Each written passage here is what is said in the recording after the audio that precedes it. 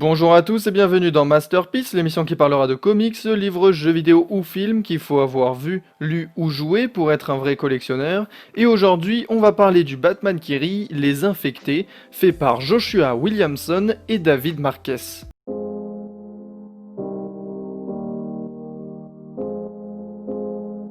Rescapé de l'affrontement final entre la Justice League et les chevaliers corrompus du multivers noir, le Batman qui rit rassemble depuis les éléments d'un plan machiavélique. Visant à s'emparer de notre dimension, utilisant les pouvoirs du multivers noir, il parvient à corrompre 6 héros de la Terre qu'il ne va pas tarder à opposer aux 2 plus grands protecteurs du monde.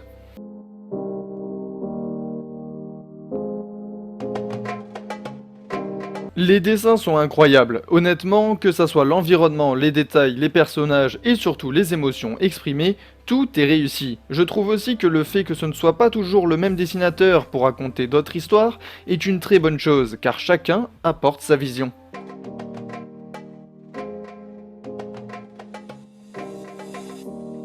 Alors, je vais vous le dire tout de suite, j'ai beaucoup aimé ce comics. Le fait qu'il y ait des personnages que l'on ne soupçonne pas et que l'on voit rarement dans la série Batman, ça surprend, mais dans le bon sens du terme. Surtout que ça reprend le grand point fort de la série Batman Metal avec justement la mise en avant des sidekicks. Mais le problème de faire une suite de Batman qui rit, c'est justement de ne pas surprendre assez les lecteurs, et à part les personnages, y a rien de réellement surprenant. Ce qui est intéressant quand même dans ce livre, c'est le traitement de Shazam, qui vient en américain pour faire de Kandak une ville meilleure avec des gratte-ciel et un salaire minimum. Mais Black Adam, qui sait que ce mode de vie occidental est une prison, car la liberté d'aller sur internet, d'aller dans des cafés ou dans des boutiques de fringues, n'est qu'une illusion et un mensonge. La seule vie réside dans la liberté, qui est des valeurs et des croyances. Autant vous dire que ce livre a beau être américain, il y a une belle critique de l'impérialisme américain où ils veulent justement prendre possession de terres riches pour en faire une extension de leur pays, qui est sous-entendu une dictature, car la liberté n'est qu'illusoire, du coup s'ils ne comprennent pas, n'apprennent pas la culture du pays dans lequel ils sont, ils ne dirigeront rien. D'ailleurs, on peut faire un parallèle avec la guerre du Vietnam ou même la guerre au Moyen-Orient aujourd'hui. Et d'ailleurs, si vous voulez savoir un peu plus sur comment ça s'est déroulé aux États-Unis durant la guerre du Vietnam, je vous conseille Les 7 de Chicago par Netflix qui est très intéressant.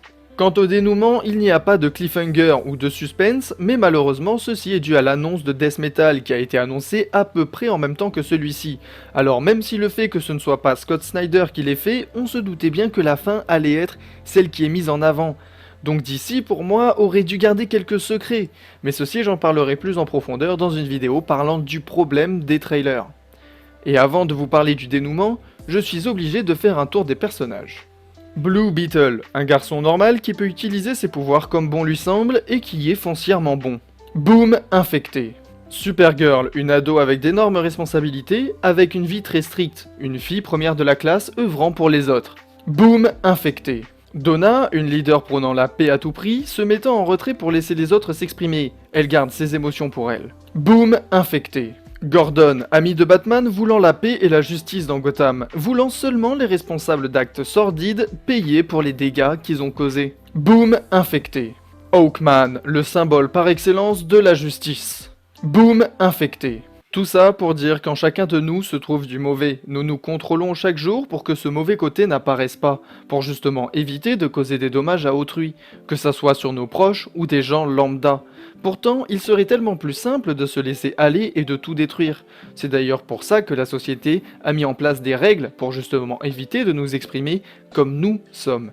Mais cela permet d'éviter de vivre dans une guerre constante. Tout détruire, ce n'est pas la meilleure chose à faire, parce que même si nos mensonges nourrissent notre univers, être bon est plus important que être mauvais. Oui, alors quand je vous avais dit qu'il n'y avait pas de surprise pour le dénouement, oui, il n'y en a pas.